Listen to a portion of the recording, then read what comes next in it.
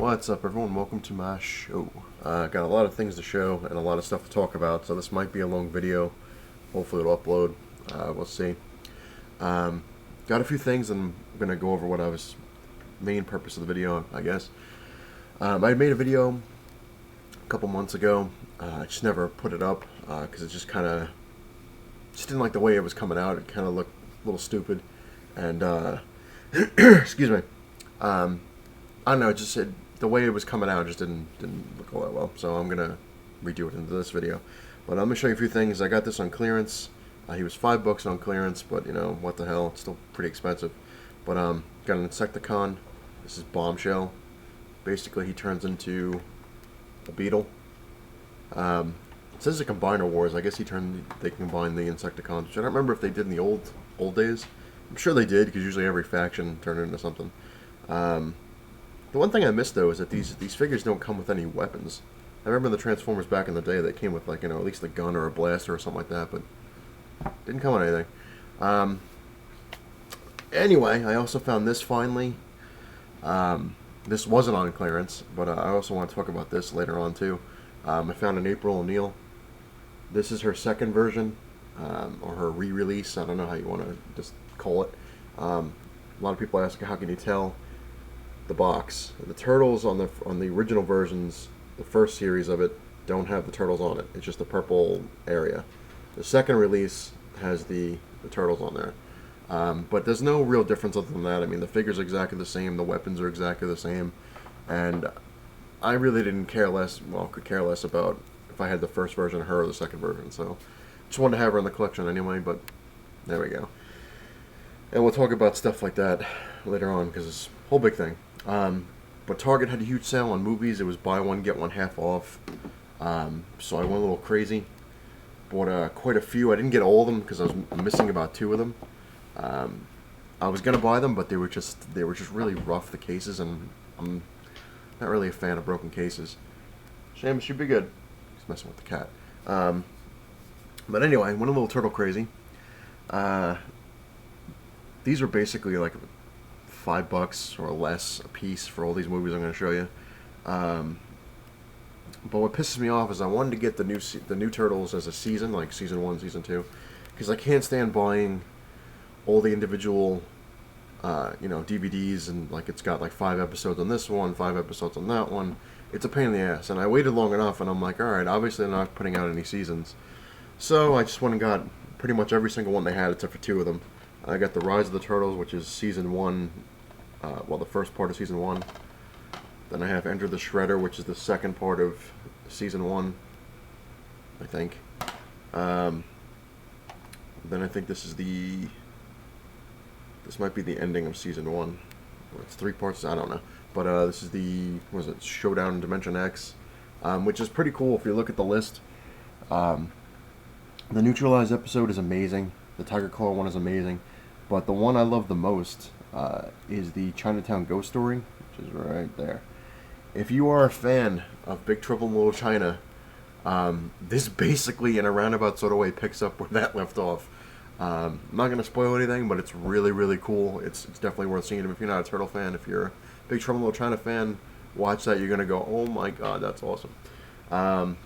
Also got, what is this thing? The Good, the Bad, the Casey Jones, which I think this is the beginning of season 2. This, I think, is the beginning of season 3. The Retreat, which also had a lot of cool stuff in it. As you can see, the Croaking is pretty funny. If you like Napoleon Dynamite, it's basically Napoleon Dynamite as a frog, and even the same guy who played Napoleon as the frog. In Dreams, you can kind of see it. That is basically a Nightmare on Elm Street episode. Very cool. And the Race with the Demon is really, really cool. Last but not least, Gizmo. They're beating each other up. I got the Return to New York, which I think is the beginning of season 3, which you can tell because it's got Rocksteady and Bebop. Got those. Then went ahead and got G.I. Joe Retaliation on Blu-ray, which is a steel case one. The only thing I don't like about these things, as you can see on the back, it's got, all the stuff, but it's the steel case, like underneath, and I can't stand when they put it over the steel case. I don't understand why they don't just embed it into the steel case. because then you gotta lift this thing up, open the case, and it's just a real pain in the ass. But still, it was really, really cheap. And last but not least, this is a really cool movie. I had rented it a while ago. Actually, the wife got it. She's like, let's watch that. I'm like, alright. Wasn't expecting it to be any good. Hang on. Gizmo. Just trying to eat menus. But it actually really was cool. So if you get a chance to rent it, it's worth seeing. That's the Equalizer. Very, very cool. And for the price I paid, like I said, they were about $5 a piece. Well, some of them were $5. Let's see, it was, I think, like, one was like, the G.I. Joe one, I think, was 10. I had to pay full price on that one. I got the Equalizer for 5. And then the other ones were, I think, like 5 or less a piece. So, pretty cool. There's that. Alright. Now we're moving into the big part of this whole video. And it's basically, I had friends talk to me about, they're saying that I'm not they're wondering I'm not a comic book fan anymore. Because I don't really pick up new issues. Hey, that's got nothing to do with it though. As you see the videos so far, I did pick up my bin and all that stuff. So I did get, but that's the last of my new issues. I might stick with the Mortal Kombat stuff in the bin. I don't know.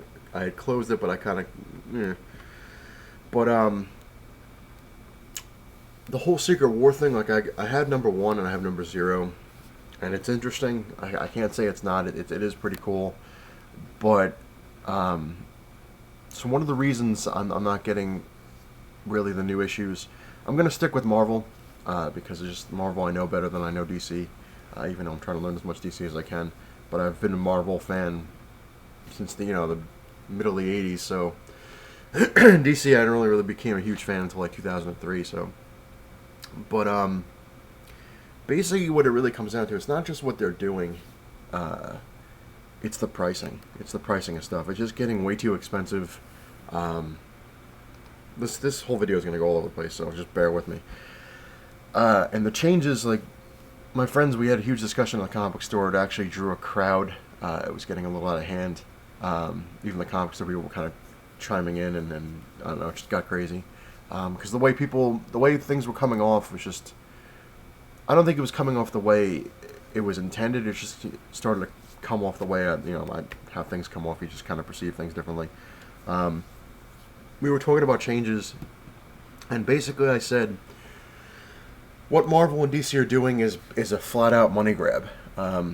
That's what it seems to be. Like, it's not just the fact that they're, again, this is my opinion, so hey, it's up to everybody. If you want to agree with it or not, it's up to you.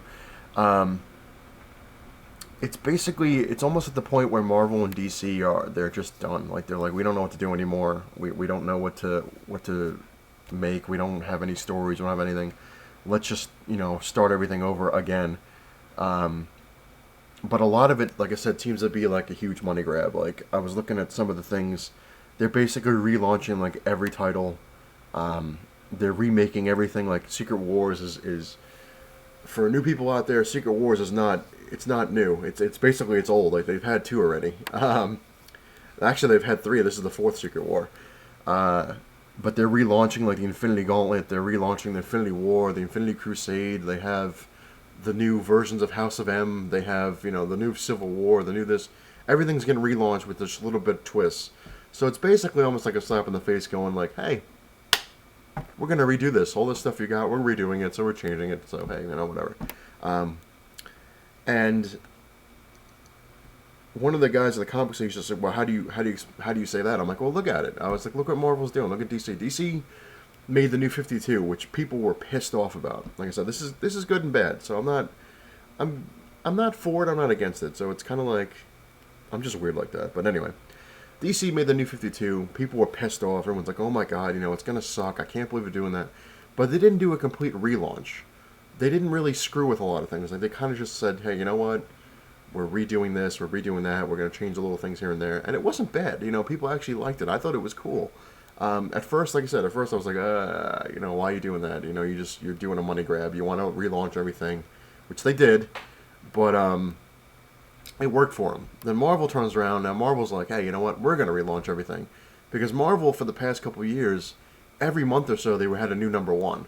Like, you'd have Wolverine go to, like, maybe issue 13, and all of a sudden it's back down to number 1 again. And it's like a money grab. Like I said, they want to bring the people in. They want you to buy. Oh, it's a number 1. It's a number 1. I have to get it. It's number 1. It might be worth millions in the future. It might be worth millions. Like, you get that mentality where you're like, oh, I have to get it because it's number 1. Oh my god. Oh my god. Oh my god.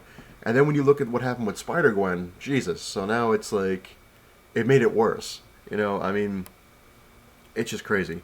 But then of course, like, the whole thing with changes.